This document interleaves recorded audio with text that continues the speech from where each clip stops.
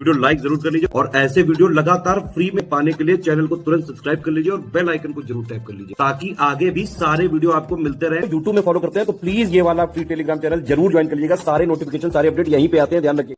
नमस्कार दोस्तों, study for civil services के एक और टेस्ट में आपका स्वागत है। आज पॉलिटी के पॉलिटी के ऑफिशियल सिलेबस के जितने भी सवाल बन सकते हैं प्रीलिम्स के, उसके मोस्ट एक्सपेक्टेड सवालों का लेटेस्ट एंड पैटर्न के साथ टेस्ट आ गया है ये। तो सबसे पहला क्वेश्चन आपके सामने बिना देरी के देखते हैं इसको। आर्टिकल्स पे बेस सवाल है, आर्टिकल 14, 17, 19 और 20 है ना। इसमें से आपको मिलान करना है कौन सा सही है, ध्यान से देखिएगा एक बार। तो आर्टिकल 14 क्या कहता है भाई? इक्वालिटी बिफोर लॉ, यानी कानून के समक्ष समानता। आर्टिकल 17 क्या कहता है? अस्पृश्यताकांत यानी अनटचेबिलिटी खत्म करना। आर्टिकल 19 क्या कहता है? Protection of certain right, freedom of speech वगैरह देता है हमें। और वहीं article 20 protection in respect of conviction for offence, यानी अपराधों के लिए दोष सिद्धि के संबंध में संरक्षण, ये 20 में है। तो इसी के साथ जो पहला सवाल है इसका ऑप्शन डी एकदम बिल्कुल सही हो जाएगा, 1, 2, 4, 3 है ना। और ये आर्टिकल इंपॉर्टेंट भी आपके एग्जाम में पूछा जा सकता है, ठीक है। अगर आप SCS के टेस्ट और क्विज इससे प्रैक्टिस करते हैं ना डेली, आपके ऑफिशियल सिलेबस का पूरा रिवीजन होगा। तो ये टेस्ट आप हमसे ले सकते हैं, इन नंबर पे कॉन्टैक्ट करके UPPC 2026 की कंप्लीट टेस्ट सीरीज ले सकते हैं और क्विज को ज्वाइन कर सकते हैं। टेस्ट में क्या होगा? टफ लेवल के सवाल और क्विज में ईजी प्लस मॉडरेट लेवल के सवाल है ना। इन पूरे आयाम से आप प्रिपेयर रहेंगे ईजी, मॉडरेट, टफ के लिए। चलिए सेकेंड नंबर सवाल देखते हैं। कह रहा भारत का जो पहला विधि आयोग यानी लॉ कमीशन है वो 1834 में लॉर्ड मैकॉले की अध्यक्षता में बना था। चार्टर एक्ट 1853 में जो था, इसके द्वारा विधायी और प्रशासनिक कार्यों के लिए अलग अलग संस्थाओं का निर्माण किया गया था। और सिपाही विद्रोह जो है 1857 का विद्रोह जो है भारत का पहला स्वतंत्रता संग्राम भी इसको कहा जाता है भाई। फर्स्ट फ्रीडम स्ट्रगल भी बोला जाता है इसको, सिपाही म्यूटनी को। तो यहाँ पे कौन सा सही हो जाएगा? तो यहाँ पे आप देखेंगे तीनों स्टेटमेंट बिल्कुल करेक्ट हो जाएंगे, ठीक है। क्वेश्चन नंबर 3 पे आ जाते हैं। क्वेश्चन नंबर 3 को ध्यान से पढ़िएगा। कह रहा है 1934 में भारत में कम्युनिस्ट आंदोलन के अग्रदूत जो थे MN रॉय, इन्होंने पहली बार भारत के लिए संविधान सभा का विचार सामने रखा था। 1935 में भारतीय राष्ट्रीय कांग्रेस ने पहली बार आधिकारिक तौर पर भारत के संविधान को तैयार करने के लिए एक संविधान सभा की मांग करी थी और इस मांग को ब्रिटिश सरकार द्वारा स्वीकार करा गया था 1946 में अगस्त प्रस्ताव के रूप में। तो यहाँ पे कौन सा सही है? देखो 1934, 1935, 1940 अगस्त ऑफ, ये तीनों ही यहाँ पे आप देखेंगे बिल्कुल करेक्ट हो जाएगा, ठीक है। क्वेश्चन नंबर 4 पे आ जाते हैं। क्वेश्चन नंबर 4 को ध्यान से पढ़िएगा। देखिए अगर आप टेस्ट को नहीं ले सकते, नहीं बैठ के प्रैक्टिस कर सकते, तो कम से कम कोशिश करिए उसके वीडियोज़ ही देख डालिए ना। क्वेश्चन्स किस लेवल के आते हैं? बैठ के प्रैक्टिस जब तक आप नहीं करेंगे, प्रैक्टिस से दूर भागते हो आप, अरे कल कर लेंगे, अरे परसों कर लेंगे। जितना बच्चा पेपर में बैठता है उसका 90% बच्चे मान लो टेस्ट लगाता ही नहीं है ना, मॉक्स लगाता ही नहीं है। जो लगाता है भाई पेपर वही निकालेगा, सिंपल सी बात है ना। मॉक्स ज़रूर लगाइए, टेस्ट की प्रैक्टिस ज़रूर करिए, ठीक है। चलो क्वेश्चन नंबर 4 को पढ़ो ध्यान से। कह रहा है 1942 में ब्रिटिश सरकार के कैबिनेट मंत्री और ब्रिटिश कैबिनेट के सदस्य स्टैफर्ड क्रिप्स एक स्वतंत्र संविधान के निर्माण के लिए ब्रिटिश सरकार के मसौदा प्रस्ताव के साथ भारत आए थे। क्रिप्स प्रस्ताव को मुस्लिम लीग ने अस्वीकार कर दिया था और कैबिनेट मिशन योजना के द्वारा सुझाए गए प्रस्तावों के तहत नवंबर 1946 में संविधान सभा का गठन हुआ था। और संविधान सभा के जो कुल सदस्य हैं वो 389 में से 296 सीटें जो थी वो ब्रिटिश भारत से और 93 सीटें जो थी देशी रियासतों को आवंटित की गई थी। तो यहाँ पे कौन सा सही हो जाएगा? तो यहाँ पे आप देखेंगे ये चारों स्टेटमेंट बिल्कुल ठीक हो जाएंगे, ठीक है। क्वेश्चन नंबर 5 देख लेते हैं। यहाँ पे भी आपको गलत की पहचान करनी है, कौन सा गलत होगा यहाँ पे। कह रहे हैं 9 दिसंबर 1946 को संविधान सभा ने अपनी पहली बैठक आयोजित की जब 211 सदस्य जो थे उन्होंने इसमें सहयोग किया, मतलब वो लोग थे प्रेजेंट फर्स्ट मीटिंग में। सबसे बुजुर्ग सदस्य जो थे डॉक्टर सच्चिदानंद सिन्हा, इन्होंने ब्रिटिश परंपरा का पालन करते हुए विधानसभा का अस्थायी अध्यक्ष यानी टेम्परेरी प्रेसिडेंट चुना गया। और संविधान सभा की दूसरी बैठक 11 दिसंबर 1946 को हुई थी, उसमें राजेंद्र प्रसाद को जो है परमानेंट प्रेसिडेंट चुना गया यानी अध्यक्ष चुना गया। HC मुखर्जी, VT कृष्णामाचारी को संविधान सभा के उपाध्यक्ष के रूप में चुना गया और संविधान सभा में 2 उपाध्यक्ष थे। तो यहाँ सब ठीक है, बस थोड़ा सा गलत ये हो जाएगा कि ब्रिटिश प्रैक्टिस नहीं, फ्रांस में ये प्रैक्टिस चलती थी कि जो सबसे ओल्डेस्ट मेंबर होता था उसे टेम्परेरी प्रेसिडेंट बना देते थे। ये फ्रांस में चलता था, है ना, ना कि ब्रिटिश में, ठीक है। फ्रेंच की एक प्रक्रिया थी ये। चलो क्वेश्चन नंबर 6 देख लेते हैं। इसमें आपको गलत की पहचान करनी, कौन सा गलत है। और मुझे पता है आप लोग कहोगे सर फ्रांस S नहीं, यहाँ ये S नहीं, ये C ही है ना, फ्रांस की स्पेलिंग FRANCE होती है। क्वेश्चन नंबर 6 देख लेते हैं। 13 दिसंबर 1946 को जवाहरलाल नेहरू ने ऑब्जेक्टिव रेजोल्यूशन यानी उद्देश्य प्रस्ताव पास किया था और 2 वर्ष 11 महीने 18 दिन में 166 बैठकें आयोजित करके संविधान सभा की जो प्रक्रिया है वो पूर्ण हुई थी। 26 नवंबर 1949 को संविधान को पारित कर दिया गया था। बेनेगल नरसिंह राव यानी BN राव जो थे संवैधानिक सलाहकार थे और 26 जनवरी 1949 को भारत के लोगों द्वारा संविधान को अंगीकृत यानी अडॉप्ट किया गया। तो बेहद ही आसान है ये, तो मैं समझता हूँ मेजॉरिटी ऑफ द पीपल बता लेंगे इसका आंसर कि 26 जनवरी 1949 नहीं 26 जनवरी 1950 को अडॉप्ट करा था हमने संविधान को। क्वेश्चन नंबर 7 पे आ जाइए। इसमें भी आपको सही की पहचान करनी है, कौन सा सही होगा। संविधान सभा ने 22 जुलाई 1947 को राष्ट्रीय ध्वज को अपनाया। संविधान सभा ने 24 जनवरी 1949 को राष्ट्रीय गान को अपनाया। 26 जनवरी 1949 को राष्ट्रगीत को अपनाया और 24 जनवरी 1950 को राजेंद्र प्रसाद जी को पहले राष्ट्रपति के रूप में चुना गया। तो यहाँ पे कौन सा सही हो जाएगा। तो यहाँ देखिए, एक तो पहला सही है, नेशनल फ्लैग को हमने कॉन्स्टिट्यूशन असेंबली ने 22 जुलाई 1947 को अपनाया और पहले प्रेसिडेंट 24 जनवरी 1950 को बने थे राजेंद्र प्रसाद जी। और देखिए यहाँ पे फिर पहला ही चौथा सही है। गलत इसलिए है दूसरा चौथा क्योंकि हमने नेशनल एंथम नेशनल सॉन्ग दोनों ही को 24 जनवरी 1950 को अडॉप्ट करा था। 24 जनवरी 1950, ठीक है। ये डेट्स बहुत ज़्यादा महत्वपूर्ण है, याद ज़रूर रखिएगा। इसी के साथ क्वेश्चन नंबर 8 पे आ जाते हैं। क्वेश्चन नंबर 8 क्या कह रहा है। उद्देश्य प्रस्ताव यानी ऑब्जेक्टिव रेजोल्यूशन को अडॉप्ट करा गया था, मतलब सबने एक्सेप्ट कर लिया था 22 जनवरी 1947 को। बाद में उद्देश्य प्रस्ताव जो है संविधान की प्रस्तावना में बदल दिया गया, यानी बाद में प्रीएम्बल भी बना। 29 अगस्त 1947 को एक प्रस्ताव के द्वारा संविधान के स्वरूप एवं संरचना पर चर्चा करते हुए अंबेडकर जी की अध्यक्षता में एक प्रारूप समिति यानी जो ड्राफ्टिंग कमेटी है ये 29 अगस्त 1947 को बनी थी। और भारतीय संविधान का पहला मसौदा जो है संवैधानिक सलाहकार BN राव के द्वारा मसौदा समिति को राय, चर्चा और बदलाव के लिए प्रस्तुत किया गया था, यानी फर्स्ट ड्राफ्ट जो है वो प्रेजेंट करा गया था ड्राफ्टिंग कमेटी को, किसने, BN राव के द्वारा, ठीक है।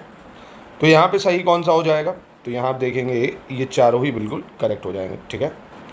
इसी के साथ क्वेश्चन नंबर 9 पे आगे बढ़ते हैं हम लोग। इसमें आपको सही की पहचान करनी है। तो BR अम्बेडकर को भारत रत्न अवार्ड 31 मार्च 1990 को मिला जाके। शंकरी प्रसाद मामले में जो कि 1951 में हुआ, संपत्ति के अधिकार को यानी राइट टू प्रॉपर्टी को कम करने वाला पहला कॉन्स्टिट्यूशन अमेंडमेंट 1951 को संवैधानिक वैधता को चुनौती दी गई थी। सुप्रीम कोर्ट ने माना था कि मौलिक अधिकारों में संशोधन करने की जो शक्ति है वो संसद की धारा 368 में संशोधन करने की शक्ति में अंतर्निहित है। यानी सुप्रीम कोर्ट ने बोला था amending power under article 368 to amend fundamental right is inherent. तो यहाँ पे कौन सा सही हो जाएगा, तो यहाँ पे आप देखेंगे तीनों स्टेटमेंट बिल्कुल करेक्ट हो जाएंगे, ठीक है। चलो, इसमें गलत पहचानना है आपको। भारत के संविधान ने अपनी शक्तियाँ दुनिया के कई देशों के संविधान और भारत सरकार अधिनियम 1935 से ली हैं। दल बदल विरोधी कानून जो है 10वीं अनुसूची, इसको भारतीय संविधान में 52 कॉन्स्टिट्यूशन अमेंडमेंट एक्ट 1985 से जोड़ा। और भारत के संविधान पर सबसे बड़ा प्रभाव और भौतिक सामग्री का स्रोत भारत सरकार अधिनियम 1935 रहा है। तो यहाँ पे गलत कौन सा हो जाएगा भाई, ध्यान से अगर आप पढ़े होंगे तो आप बता पाएंगे। यहाँ कोई गलत नहीं है, ये तीनों स्टेटमेंट बिल्कुल सही हो जाए। चलिए 11 नंबर पे आते हैं। यहाँ पे आपको गलत की पहचान करनी है, कौन सा यहाँ पे गलत हो जाएगा। अनुसूचित जनजातियों के हितों की रक्षा के लिए भारत के संविधान में 5वीं और 6ठी अनुसूची में विशेष प्रावधान दिए गए। और वहीं कह रहा है जो शेड्यूल 4 है, कौन सा शेड्यूल 4, इसमें असम, त्रिपुरा, मेघालय और मिजोरम राज्य को छोड़कर अनुसूचित क्षेत्रों और अनुसूचित जनजातियों के प्रशासन पर नियंत्रण का प्रावधान है। आर्टिकल 312 जो है इसमें ऑल इंडिया सर्विसेज दी है। और असम, त्रिपुरा, मेघालय, मिजोरम राज्यों में जनजातीय क्षेत्रों के प्रशासन का जो प्रावधान है वो संविधान की 6ठी अनुसूची में है। असम, मेघालय, त्रिपुरा, मिजोरम। तो यहाँ पे गलत पूछ रहा था, तो गलत यहाँ पे आप देखेंगे अनुसूचित जो अनुसूची 4 नहीं, अनुसूची 5 होनी चाहिए थी यहाँ, है ना। 4 में तो एलोकेशन ऑफ सीट इन राज्यसभा है, तो ये ठीक है, ये गलत हो जाएगा ऑप्शन बी। चलिए अगला देख लेते हैं। क्वेश्चन नंबर 12 क्या कह रहा है। 12, भारतीय संविधान में प्रस्तावना को अमेरिकी संविधान से लिया गया है भाई, प्रियम्बल को कह रहा अमेरिका से लिया है। और एक बहुत प्रख्यात न्यायविद थे, ज्यूरिस्ट थे, यानी पालकीवाला, इन्होंने बोला है प्रियम्बल को इंट्रोडक्शन ऑफ द कॉन्स्टिट्यूशन, यानी संविधान का परिचय पत्र। और 1976 में 42 कॉन्स्टिट्यूशन अमेंडमेंट के द्वारा 3 नए शब्द जोड़े गए थे, समाजवादी, धर्मनिरपेक्ष, अखंडता, यानी आपका कौन कौन से, सोशलिस्ट, सेक्युलर, इंटीग्रिटी, ये 3 नए शब्द जोड़े गए। और अनुच्छेद 1 के अनुसार इंडिया अर्थात भारत जो है राज्यों का संघ है, यानी आर्टिकल 1 अगर देखें, India Bharat shall be A union of state. तो आप देख रहे हो, अगर आपने पॉलिटी पढ़ी होगी तो आप ऑब्जर्व कर पा रहे होगे ये चीज़, खुद ही ऑब्जर्व कर रहे होगे अब कि मतलब ऑब्जर्व कर रहे होगे कि कई सारी चीज़ें मतलब एक एक पॉइंट आपका रिवाइज हो रहा होगा, है ना। सारे फैक्ट्स को टेस्ट के थ्रू हम आपको कवर कराने की कोशिश करते हैं। तो यहाँ पे चारों आप देख पाएंगे सही है। चलिए क्वेश्चन नंबर 13 देख लो भाई। मिलान करना है आर्टिकल 23, 24, 26, 29 के बारे में। आर्टिकल 23 क्या कहता है? Protection of force labour and human trafficking, यानी बलात् श्रम और मानव के दुर्व्यवहार को निषेध करता है। चाइल्ड लेबर को बैन करता है article 24। Article 26 freedom to manage religious function और article 29 protection of language script and culture of minorities, यानी अल्पसंख्यकों की भाषा, लिपि और संस्कृति की सुरक्षा। तो यहाँ पे आप देखेंगे 1, 2, 3, 4 बिल्कुल करेक्ट हो जाएगा, ठीक है। क्वेश्चन नंबर 14 देख लेते हैं क्या कह रहा है। क्वेश्चन नंबर 14, टी कृष्णाचारी ने भारत के इमरजेंसी जो प्रावधान है उनको संवैधानिक तानाशाही, यानी इन्होंने बोला कॉन्स्टिट्यूशनल डिक्टेटरशिप, और एच.एन. कुंजरू यानी हृदयनाथ कुंजरू जो थे, इन्होंने भारत के इमरजेंसी प्रावधान को राज्यों की वित्तीय स्वायत्ता पर खतरा बताया है। और अलादी कृष्णा स्वामी अय्यर ने भारत में इमरजेंसी प्रावधान को संविधान की प्राणवायु बताया है। महावीर त्यागी ने इन्होंने भारत के इमरजेंसी प्रावधान की तुलना सुरक्षा वॉल्व से की है, यानी कंपेयर करा इमरजेंसी ऑफ इंडिया को सेफ्टी वॉल्व से, है ना। सेफ्टी वॉल्व समझते हैं ना, जैसे कुकर में लगा होता है, जैसे ही ज़्यादा प्रेशर बनता है तो ये सेफ्टी वॉल्व क्या करता है, फटने से इसको बचा लेता है, सीटी बजा देता है। ऐसे ही यही चीज़ बताइए सेफ्टी वॉल्व के तौर पे। तो यहाँ पे कौन सा सही हो जाएगा? तो यहाँ पे आप देखेंगे चारों सही है, ठीक है।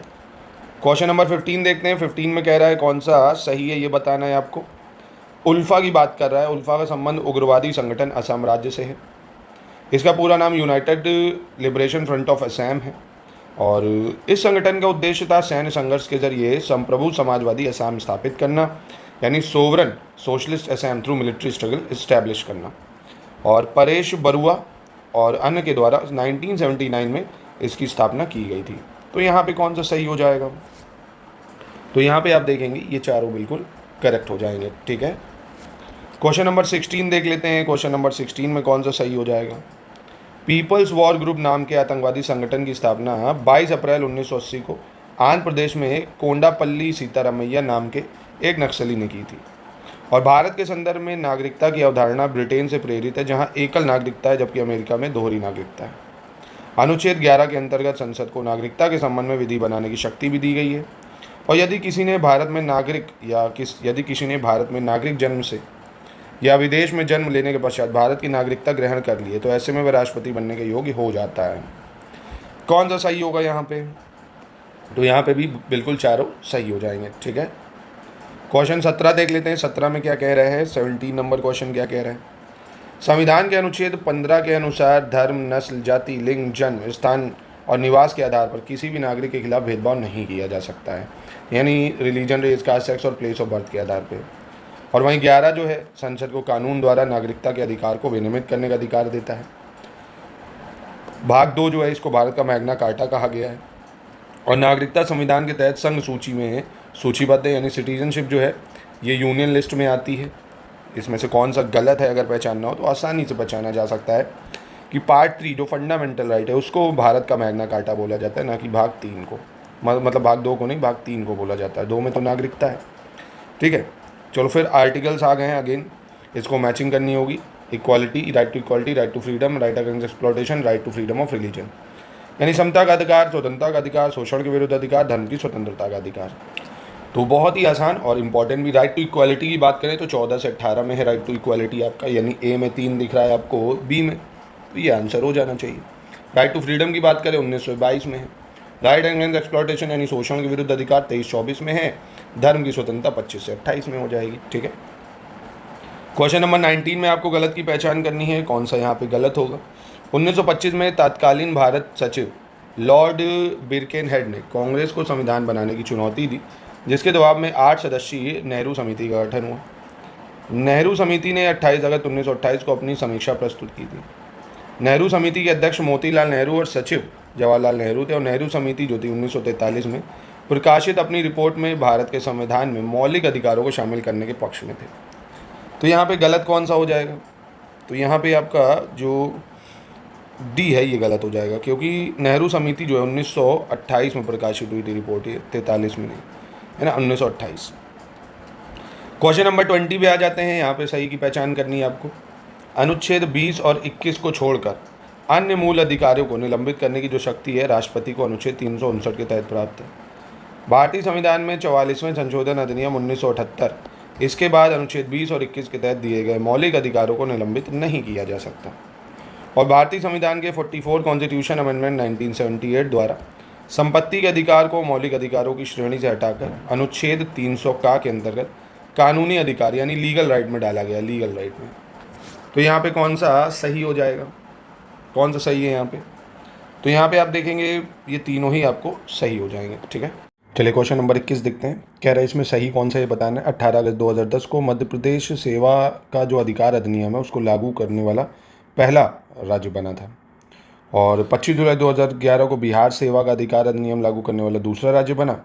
और राष्ट्रपति आपातकाल की प्रक्रिया के दौरान अनुच्छेद 20 और अनुच्छेद 21 में जो अधिकार दिए हैं उसको छोड़कर सभी अधिकार निलंबित हो जाते हैं, यानी हट जाते हैं अगर नेशनल इमरजेंसी लगी है, आर्टिकल 20 और 21 को छोड़ के। कौन सा सही होगा यहाँ पे? तो यहाँ पे आप देख पाएंगे ये तीनों स्टेटमेंट बिल्कुल करेक्ट हो जाएंगे। अब क्वेश्चन नंबर 22 देखते हैं। ग्रैनविल ऑस्टिन ने निदेशक तत्व और अधिकारों को संविधान की मूल आत्मा कहा, यानी जो डीपीएसपी है उसको बोला है basic spirit of the constitution, Granville Austin ने। और 1980 में जो मिनर्वा मेल केस हुआ था, सुप्रीम कोर्ट ने भी माना कि भारतीय संविधान मौलिक अधिकार और निदेशक सिद्धांतों के बीच एक संतुलन है। और संवैधानिक सलाहकार BN राव ने निदेशक सिद्धांतों को राज्य अधिकारियों के लिए नैतिक आवश्यकताओं और शैक्षिक मूल्य बताया है। तो यहाँ पे कौन सा सही होगा ये आपको बताना है। तो यहाँ पे आप देखेंगे तीनों स्टेटमेंट ठीक हो जाएंगे। ठीक है, क्वेश्चन नंबर 23 आ जाते हैं। इसमें आपको गलत पहचानना है, पहचानिए कौन सा यहाँ गलत है। भारतीय संविधान में मूल कर्तव्य पूर्व सोवियत संघ के संविधान से लिया है, फंडामेंटल ड्यूटी USSR से लिया है।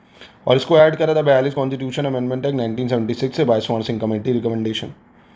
वर्तमान में 51 के तहत मौलिक कर्तव्यों की जो कुल संख्या 11 है, जबकि जब बने थे तब 10 थी। और 11वां मूल कर्तव्य यानी fundamental duty 83 constitution amendment act 2002 से जोड़ा गया। तो यहाँ पे गलत अगर पूछेगा ना तो यही गलत है, क्योंकि ये 83 नहीं 86 कॉन्स्टिट्यूशन अमेंडमेंट एक्ट 2002 से जोड़ा गया था। ठीक है, तो यहाँ पे ये गलत होगा। ठीक है, चलिए क्वेश्चन नंबर 24 देखते हैं। यहाँ पे भी गलत की पहचान करनी है। कह रहा है भारतीय संविधान का जो अनुच्छेद 51 है इसमें भारत की संप्रभुता, एकता और अखंडता की रक्षा और संरक्षण का मौलिक कर्तव्य तीसरे स्थान पर रखा गया है। आपातकाल के दौरान यानी इमरजेंसी के दौरान भारतीय संविधान का जो भाग 4A है 42 संशोधन अधिनियम 1976 के माध्यम से जोड़ा गया है। और आर्टिकल 87 जो है स्पेशल एड्रेस ऑफ प्रेसिडेंट से डील करता है, यानी राष्ट्रपति का विशेष अभिभाषण अनुच्छेद 87 या 87 में दिया हुआ है। तो यहाँ गलत कौन सा है, बहुत इंपॉर्टेंट है ये आर्टिकल, ज़रूर याद रखना। राष्ट्रपति का विशेष अभिभाषण special address of president article 87, तीनों सही है, यहाँ कोई गलत नहीं होगा। ठीक है, क्वेश्चन नंबर 25 पे आ जाते हैं। राष्ट्रपति के निर्वाचक मंडल के सदस्यों का चयन करना है। संसद के दोनों सदनों के निर्वाचित सदस्य, राज्य विधानसभा के निर्वाचित सदस्य, दिल्ली, पुडुचेरी, जम्मू कश्मीर केंद्र शासित प्रदेशों की विधानसभाओं के निर्वाचित सदस्य, यानी ये इलेक्टोरल कॉलेज ऑफ प्रेसिडेंट की बात कर रहा है कि कौन सा सही है। ठीक है, तो देखिए बिल्कुल प्रेसिडेंट के इलेक्शन में संसद के दोनों सदनों के इलेक्टेड मेंबर होते हैं, नॉमिनेटेड नहीं। ठीक, राज्यों के विधानसभा के भी होते हैं। और पुडुचेरी और दिल्ली यहाँ की लेजिस्लेटिव असेंबली और जम्मू कश्मीर को भी शामिल किया गया है। तो ये तीनों स्टेटमेंट यहाँ पे आपको ठीक देखने को मिलेंगे। ठीक है, दिल्ली, पुडुचेरी और जम्मू कश्मीर भी इसमें अब शामिल है। क्वेश्चन नंबर 26 में आपको गलत की पहचान करनी है। अनुच्छेद 66 क्लॉज 1 के अनुसार कह रहा है उपराष्ट्रपति का जो चुनाव है एकल संक्रमणी मत के माध्यम से यानी सिंगल ट्रांसफरेबल वोट के अनुसार होता है। और संविधान का अनुच्छेद 66 क्लॉज 3 में कहा गया कि कोई व्यक्ति उपराष्ट्रपति के रूप में चुनाव के लिए पात्र है यदि वह भारत का नागरिक है, 35 वर्ष की आयु पूरी कर चुका है और राज्यों की परिषद के सदस्य के रूप में चुनने के लिए योग्य है।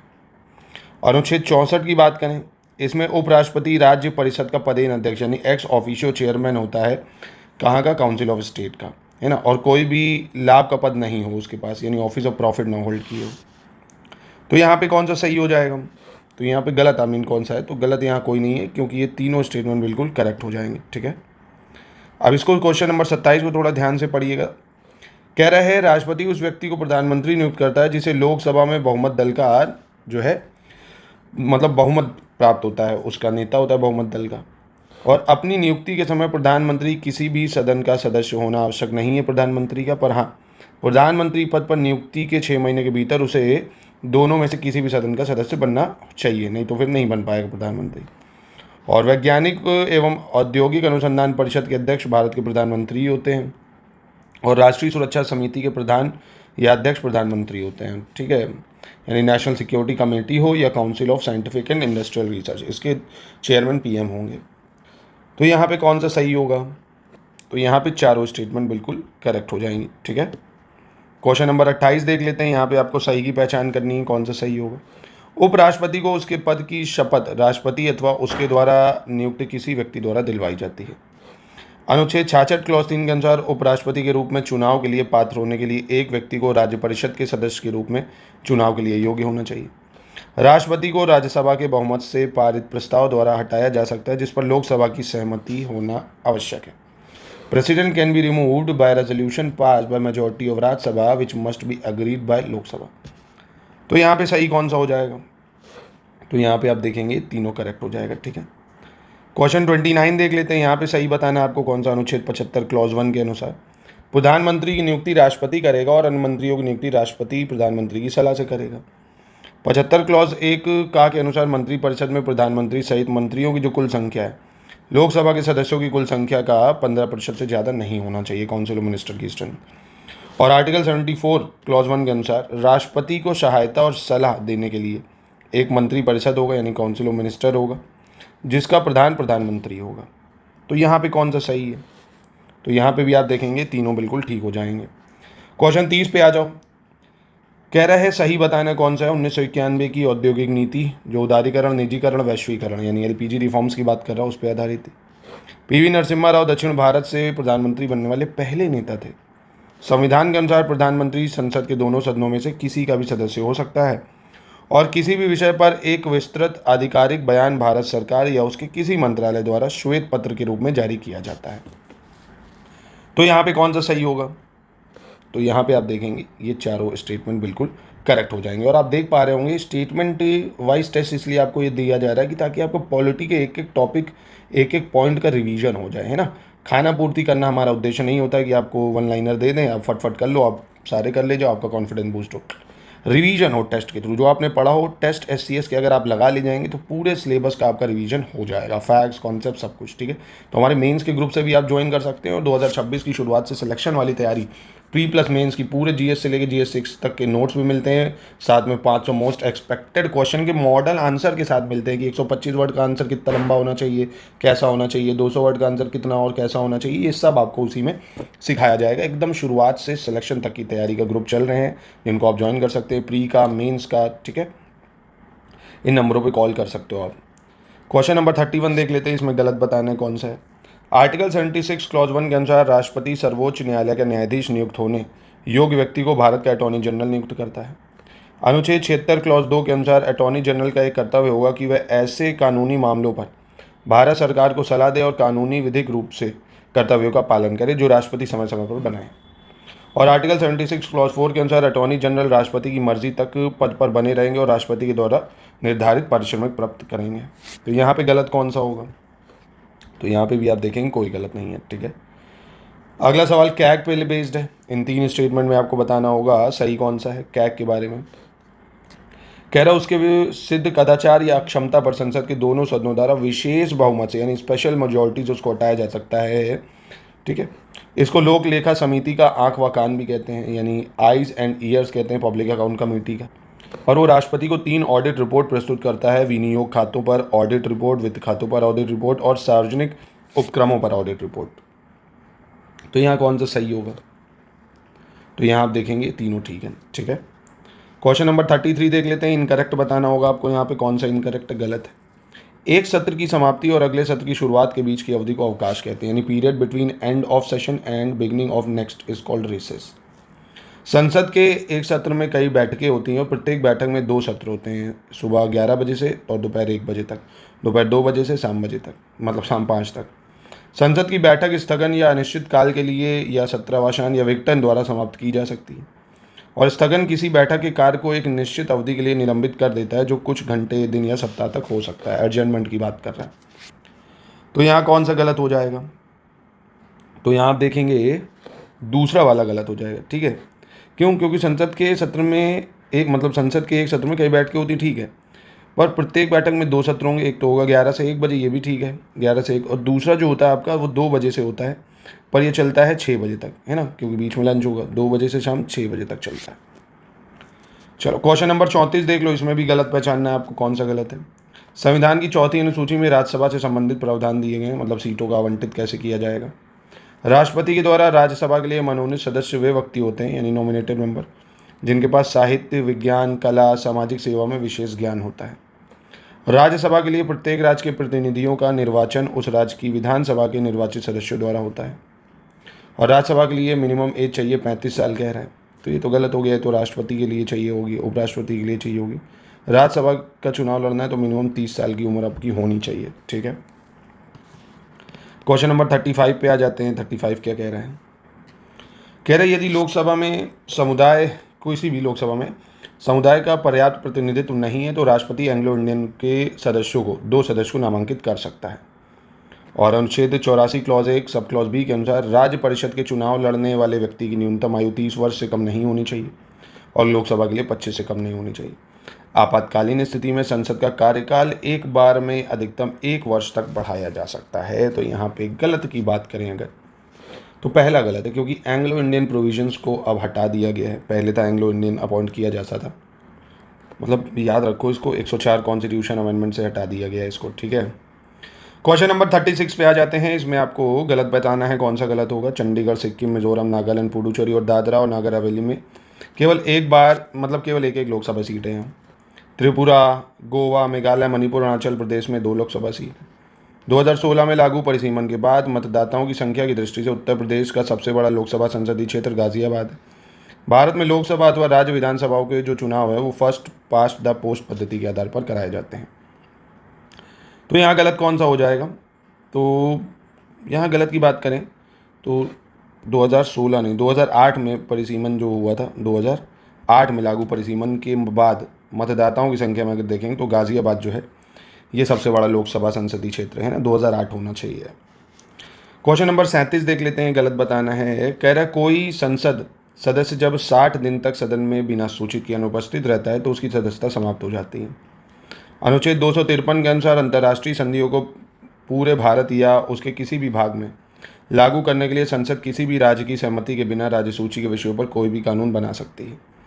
अनुच्छेद 109 क्लॉज 1 के अनुसार धन विधेयक लोकसभा में पूरा स्थापित किया जाता है, राज्यसभा में नहीं। मतलब मनी बिल इंट्रोड्यूस किया जाता है लोकसभा में, ना कि राज्यसभा में। तो यहाँ गलत कौन सा हो जाएगा अगर पूछेगा आपसे, तो यहाँ कोई गलत नहीं है, तीनों स्टेटमेंट बिल्कुल ठीक हो जाएंगे। क्वेश्चन 38 पढ़िए, इसमें भी आपको सही बताना है ध्यान से। कह रहा है अनुच्छेद 108 के अनुसार संसद के दोनों सदनों का संयुक्त सत्र तब आयोजित किया जाता है जब किसी विधेयक पर विचार करने और पारित करने में दोनों सदनों के बीच मतभेद होता है। अनुच्छेद 118 क्लॉज 4 के अनुसार लोकसभा अध्यक्ष जो है वो संसद के दोनों सदनों की संयुक्त बैठक की अध्यक्षता करता है। साधारण विधेयक और वित्त विधेयकों के संबंध में संसद के दोनों सदनों की संयुक्त बैठकें आयोजित की जाती हैं। और लोकसभा द्वारा पारित धन विधेयक राज्यसभा द्वारा भी पारित माना जाता है यदि 14 दिनों के भीतर कोई परिवर्तन नहीं होता है। तो यहाँ आप देखेंगे चारों स्टेटमेंट बिल्कुल करेक्ट हो जाएंगे, ठीक है। अब क्वेश्चन नंबर 39, इसमें सही बताना है आपको कौन सा है। भारतीय संविधान का जो अनुच्छेद 105 है वो संसद के सदनों और उनके सदस्यों की शक्तियाँ, विशेषाधिकार के बारे में बात करता है। भारतीय संविधान का अनुच्छेद 248 संसद की अवशिष्ट विधायी शक्ति का प्रावधान करता है, यानी रेसिडुअल पावर जो है, लेजिस्लेटिव पावर, वो देता है। यदि कोई विधेयक दोनों सदनों की संयुक्त बैठक, प्रत्येक सदन की उपस्थिति और मतदान करने वाले सदस्यों की कुल संख्या के साधारण बहुमत से पारित हो जाता है तो इसे दोनों सदनों द्वारा पारित माना जाता है। तो ठीक है, यहाँ पे भी तीनों आप देखेंगे सही है। ज्वाइंट सिटिंग का प्रावधान इसी को बोलते हैं भाई, ज्वाइंट सिटिंग, जो कि आर्टिकल 108 में दिया हुआ है, ठीक है। क्वेश्चन नंबर 40 देख लेते हैं, इसमें सही बताना है कौन सा है। कह रहे हैं अनुच्छेद 89 क्लॉज 1 के अनुसार राज्यसभा का जो सभापति है वो उपराष्ट्रपति होता है। भारतीय संविधान का अनुच्छेद 266 क्लॉज 1 समेकित निधि का प्रावधान करता है, यानी प्रोवाइड करता है कंसोलिडेटेड फंड के बारे में। और 66 क्लॉज 2 यानी 266 क्लॉज 2 सार्वजनिक लेखांकन का प्रावधान करता है। और 267 में आकस्मिकता निधि की स्थापना का प्रावधान है, यानी कंटीजेंसी फंड के बारे में दिया हुआ है। तो यहाँ पे आप देखेंगे ये चारों बिल्कुल ठीक हो जाएंगे। क्वेश्चन नंबर 41 देख लेते हैं, इसमें भी सही की पहचान करनी है। 61वें संवैधानिक संशोधन अधिनियम 1989 द्वारा लोक प्रतिनिधित्व अधिनियम 1951 में संशोधन करके मतदान की आयु 21 से घटाकर 18 कर दी गई है। 28 मार्च 1989 से ही लागू हुआ था। अनुच्छेद 54 का के अनुसार राष्ट्रपति के चुनाव में संसद के दोनों सदनों के निर्वाचित सदस्य निर्वाचक मंडल होते हैं, मनोनीत नहीं। और 66 क्लॉज 1 के अनुसार उपराष्ट्रपति का जो इलेक्शन होता है उसमें संसद के दोनों सदनों के सभी सदस्य भाग लेते हैं। ठीक है, तो यहाँ कौन सा सही है? तो यहाँ आप देखेंगे तीनों स्टेटमेंट बिल्कुल करेक्ट हो जाएंगे। चलिए क्वेश्चन नंबर 42 देख लेते हैं। इसमें आपको गलत की पहचान करनी है, कौन सा यहाँ पे गलत होगा। आंतरिक सुरक्षा रखरखाव अधिनियम यानी मीसा की बात कर रहा है। Maintenance of internal security act 1971 में भारतीय संसद द्वारा पारित हुआ था। इस अधिनियम ने समुदाय के लिए आवश्यक आपूर्ति और सेवाओं के रखरखाव का प्रावधान किया। देश की आंतरिक सुरक्षा के लिए बनाया गया था ये कानून। 1977 में कांग्रेस सरकार द्वारा निरस्त भी कर दिया गया था इसको। तो यहाँ पे कौन सा सही हो जाएगा, मतलब गलत की बात कर रहा है। तो देखिए 1977 में तो हटाया गया, पर कांग्रेस सरकार ने नहीं हटाया था, जनता गवर्नमेंट ने हटा दिया था, है ना। जो जनता पार्टी आई थी उसके द्वारा इसको हटा दिया गया था, मीसा एक्ट 1971 का। क्वेश्चन नंबर 43 में आपको सही बताना है कौन सा है। घरेलू हिंसा में महिलाओं की सुरक्षा अधिनियम 2005 को 26 अक्टूबर 2006 को लागू किया गया था। अनुसूचित जाति अनुसूचित जनजाति अधिनियम 1989 को भारत में 30 जनवरी 1990 को लागू किया गया। वन संरक्षण अधिनियम 1980 जो है जम्मू कश्मीर राज्य के अतिरिक्त संपूर्ण भारत पर 25 अक्टूबर 1980 को लागू हुआ। तो यहाँ पे कौन सा सही हो जाएगा? तो यहाँ आप देखेंगे तीनों सही हो जाएंगे। ठीक है, क्वेश्चन 44 देख लेते हैं। क्वेश्चन 44 में सही बताना है। राष्ट्रीय हरित न्यायाधिकरण अधिनियम यानी नेशनल ग्रीन ट्राइब्यूनल एनजीटी की बात कर रहा है। 2010 के द्वारा देश में एक राष्ट्रीय हरित न्यायाधिकरण का गठन हुआ था। सूचना का अधिकार अधिनियम 2005 को 12 अक्टूबर 2006 को लागू किया। और नमित शर्मा बनाम भारत संघवाद 13 सितंबर 2012 सूचना के अधिकार नियम 2005 से संबंधित है। तो यहाँ पे कौन सा सही है? तो यहाँ आप देखेंगे पहला तीसरा सही है, दूसरा गलत हो जाएगा। क्यों दूसरा गलत हो जाएगा? क्योंकि सूचना का अधिकार अधिनियम जो है 2005 में ये आया था 12 अक्टूबर 2005 को। ठीक है, यहाँ 2005 होना चाहिए। क्वेश्चन नंबर 45 देख लेते हैं। इसमें भी आपको गलत की पहचान करनी है। कह रहा है प्रेसिडेंट जो होता है अपॉइंट करता है जज ऑफ सुप्रीम कोर्ट को। President appoint chief justice in consultation with other जजेस। The constitution does not mention the minimum age for the post of जज of supreme court. Judge of Supreme Court can resign from their post by submitting their resignation to the Chief Justice। यहाँ पे गलत बहुत आसान है। देखिए सर्वोच्च न्यायालय के जो न्यायाधीश है वो राष्ट्रपति को देते हैं त्यागपत्र, है ना। सर्वोच्च न्यायालय के न्यायाधीश मुख्य न्यायाधीश को नहीं, राष्ट्रपति को, प्रेसिडेंट को देते हैं अपना त्यागपत्र। तो इसलिए ये गलत हो जाएगा। क्वेश्चन 46 में आपको सही बताना है कौन सा यहाँ पे सही होगा। भारत का सर्वोच्च न्यायालय 13 जुलाई 2005 को अपने फैसले में अवैध प्रवासी यानी ट्राइब्यूनल द्वारा निर्धारण अधिनियम 1983 को संविधान के अनुच्छेद 355 के तहत असंवैधानिक घोषित किया था, अनकॉन्स्टिट्यूशनल। उच्चतम न्यायालय में न्यायाधीशों के लिए सेवानिवृत्त यानी रिटायरमेंट की जो एज है वो 65 है। उच्च न्यायालयों में न्यायाधीशों के लिए सेवानिवृत्त यानी रिटायरमेंट की एज हाईकोर्ट में 62 है। भारत के कार्यवाहक मुख्य न्यायाधीश यानी एक्टिंग चीफ जस्टिस जो है उनकी नियुक्ति भारत के राष्ट्रपति के द्वारा अनुच्छेद 124 के तहत की जाती है। तो यहाँ पे कौन सा सही होगा? तो यहाँ पे आप देखेंगे 1 2 3 सही है। तीसरे चौथे में जो होगा ना अनुच्छेद 126 होना चाहिए। कार्यवाहक मुख्य न्यायाधीश की नियुक्ति होती है अनुच्छेद 126 के थ्रू। क्वेश्चन 47 देख लेते हैं। इसमें क्या कह रहे हैं। सर्वोच्च न्यायालय के मुख्य न्यायाधीश को 2,80,000 रुपये का वेतन मिलता है और अन्य न्यायाधीश को 2.5 लाख रुपये।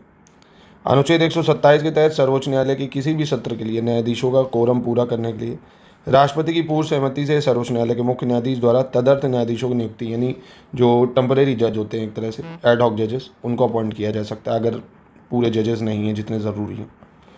अनुच्छेद 143 के अंतर्गत राष्ट्रपति विधि या तथ्य के व्यापक महत्व के मुद्दे पर सर्वोच्च न्यायालय से परामर्श ले सकता है। तो यहाँ पे कौन सा सही हो जाएगा?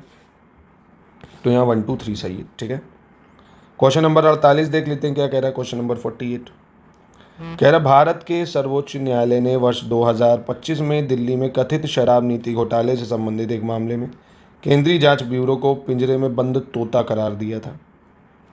सुप्रीम कोर्ट ने करीब 12 साल पहले 2013 में कोयला घोटाले पर सुनवाई करते हुए सीबीआई को पिंजरे में बंद तोता कहा था।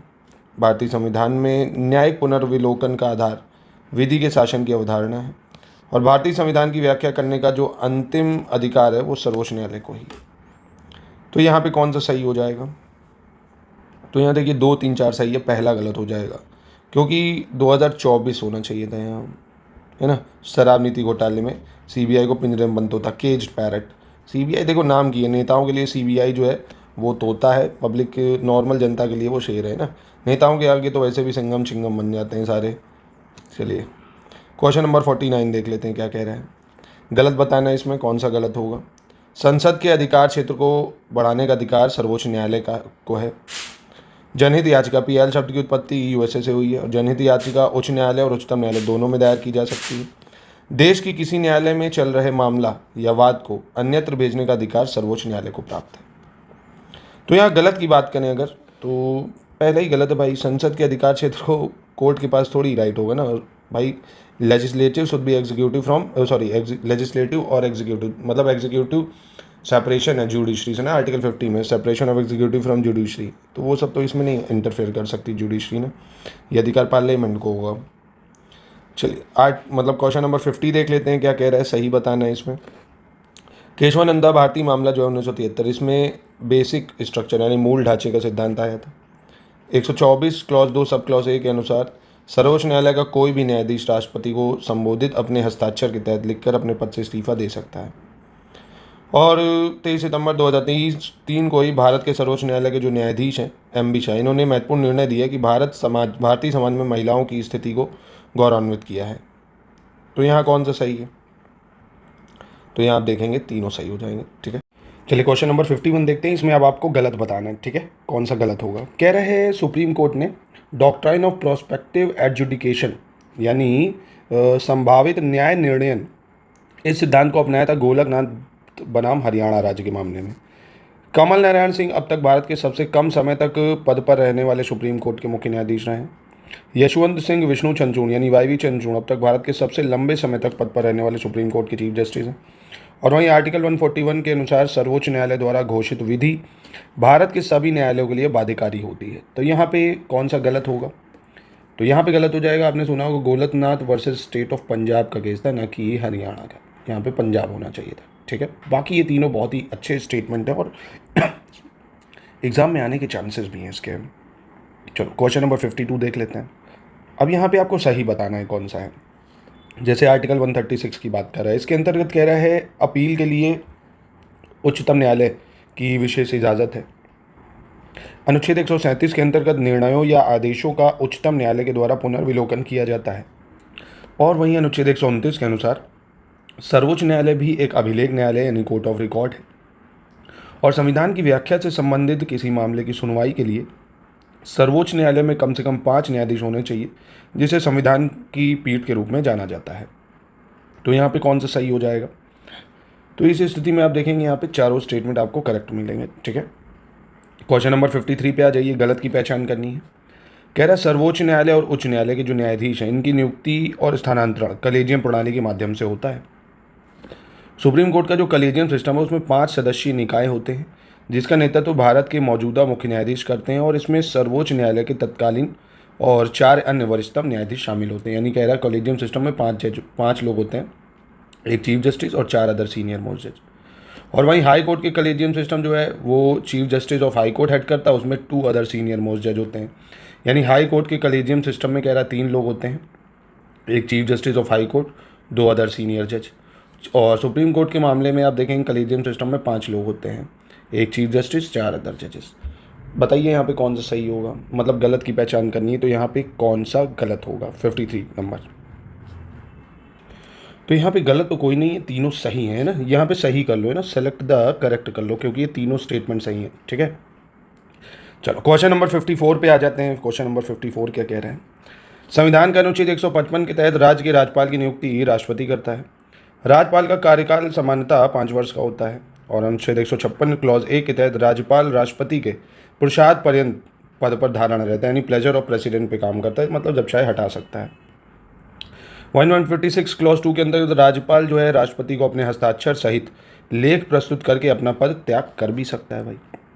तो यहाँ पे कौन सा सही हो जाएगा, तो यहाँ पे ये चारों सही हैं। ठीक है, ये चारों सही हो जाएंगे। क्वेश्चन 55 देख लीजिए, अब यहाँ पे आपको सही बताना है कौन सा सही होगा। जम्मू और कश्मीर के उपराज्यपाल जो हैं इनकी नियुक्ति भारत के राष्ट्रपति द्वारा की जाती है।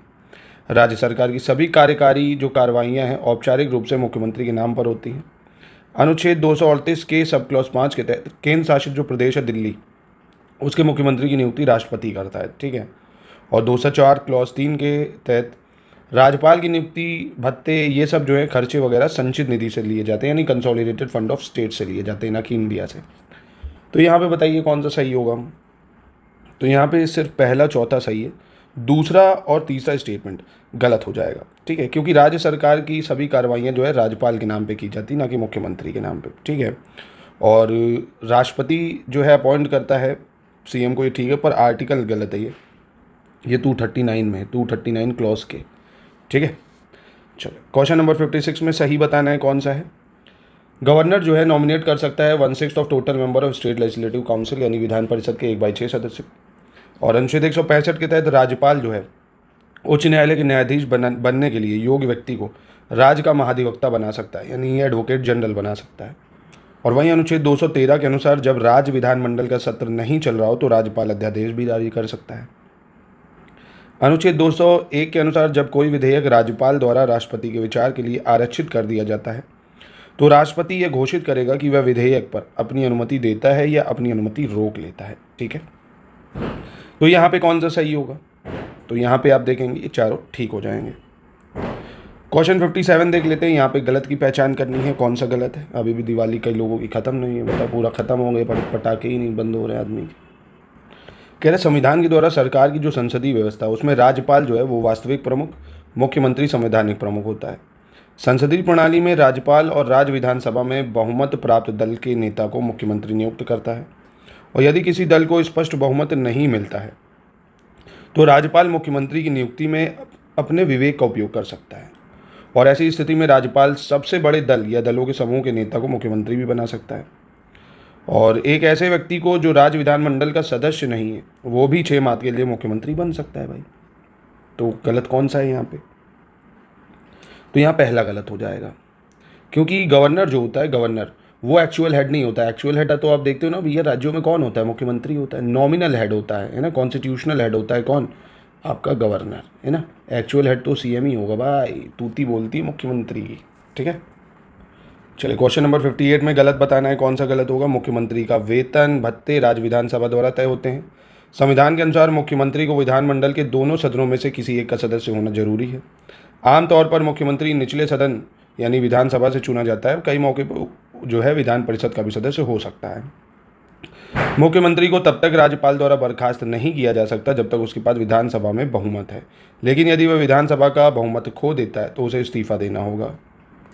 तो यहाँ पे आपको पहला गलत दिख जाएगा। मुख्यमंत्री के वेतन और भत्ते राज्य विधानसभा द्वारा तय किए जाते नहीं, विधानमंडल द्वारा तय किए जाते, क्योंकि लेजिस्लेटिव असेंबली भी है और लेजिस्लेटिव काउंसिल भी है यहाँ पे, तो है ना। चलो 59 में सही बताना है आपको, कौन सा सही होगा। राष्ट्रीय महिला आयोग एक वैधानिक निकाय है, यानी स्टैट्यूटरी बॉडी है। राष्ट्रीय महिला आयोग की स्थापना 31 जनवरी 1992 को राष्ट्रीय महिला आयोग अधिनियम 1990 की धारा 3 के तहत हुई, और राष्ट्रीय महिला आयोग का नोडल मंत्रालय भारत सरकार का महिला एवं बाल विकास मंत्रालय है। और राष्ट्रीय महिला आयोग एक बहुसदस्यीय निकाय है ना, यानी मल्टी मेंबर बॉडी है। तो यहाँ पे कौन सा सही है, तो यहाँ आप देख पाएंगे चारों सही है, ठीक है। चलो क्वेश्चन नंबर 60 देखते हैं। 16 कह रहा है भारत सरकार अधिनियम जो है 1858, इसके तहत भारत का शासन कंपनी के हाथों से ब्रिटिश क्राउन में चला गया है। और पिट्स इंडिया एक्ट 1784, इसके तहत भारत में कंपनी के कब्जे वाले क्षेत्रों को पहली बार ब्रिटिश अधिकृत भारतीय क्षेत्र का नाम दिया गया। और भारत सरकार अधिनियम 1858 के तहत गवर्नर जनरल को वायसराय की उपाधि दी गई, अब वह भारत में क्राउन का प्रतिनिधि बन गया था, ठीक है। तो यहाँ पे कौन सा सही है, तो यहाँ पे भी आप देखेंगे तीनों बिल्कुल करेक्ट हो जाएंगे, ठीक है। चलिए दोस्तों, हमारे पेड ग्रुप की भी जानकारी मैं अगेन आपको दे दूं। हमारे यूपीपीएससी का जो मेंस का ग्रुप है उसमें GS 1 के से लेके GS 6 के जितने पॉइंट है पूरे आपको नोट्स मिल जाएंगे 7800 रुपये में आपको, और 500 मोस्ट एक्सपेक्टेड क्वेश्चंस, ठीक है। इसमें आपको करंट अफेयर्स भी पूरा मिलेगा, यूपी स्पेशल का बजट, इकोनॉमिक सर्वे, बहुत सारी चीज़ें प्रोवाइड की जाएंगी। क्योंकि आप देखेंगे GS 2 GS 3 है ना, ये बहुत ज़्यादा करंट ओरिएंटेड है ना। और 5 6 में भी आपको करंट की ज़रूरत पड़ेगी स्कीम्स वगैरह की लिंक करने की, तो करंट से लिंक करके पूरे नोट्स आपको प्रोवाइड किए जाएंगे। मेंस का जनरल हिंदी का भी स्टडी मटेरियल पूरा आपको मिल जाएगा, पूरा गाइडेंस मिल जाएगा, 10 हिंदी के टेस्ट भी मिलेंगे विथ मॉडल आंसर, ठीक, complete answer writing, feedback, full checking भी आपको इसमें मिल जाएगी, ठीक है। तो ये सारे ग्रुप हमारे चल रहे हैं जिनको आप ज्वाइन कर सकते हैं, नंबर पर कॉन्टैक्ट करके 2025-26 की भी पूरी तैयारी कर सकते हैं, ठीक है। चलिए क्वेश्चन नंबर 61 को देख लीजिए ध्यान से, अब इसमें क्या कह रहा है आपसे।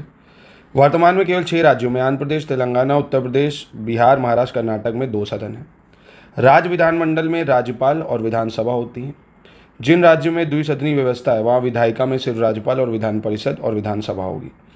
यानी कह रहा है जहाँ पे 2 है ना, लेजिस्लेटिव काउंसिल भी है, लेजिस्लेटिव असेंबली भी है, तो वो गवर्नर से मिलकर वहाँ की जो है विधानमंडल बनेगी, यानी जो संसद है वहाँ की वो बनेगी राज्यों की, है ना, विधानसभा कह सकते हो, 3 से मिलकर बनेगी। और जहाँ नहीं है वहाँ से लेजिस्लेटिव असेंबली और गवर्नर होंगे। ठीक है।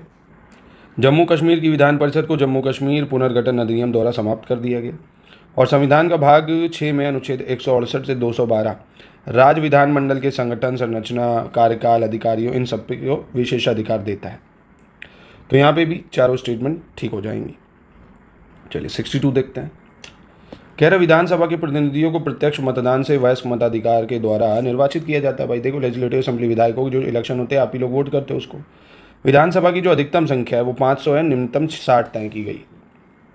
अरुणाचल प्रदेश, सिक्किम, गोवा की बात करें तो यहाँ विधानसभा की जो सीटों की संख्या है वो 30-30 है। मिजोरम और नागालैंड जैसे राज्यों में विधानसभा की सीटों की संख्या 40 और 46 है।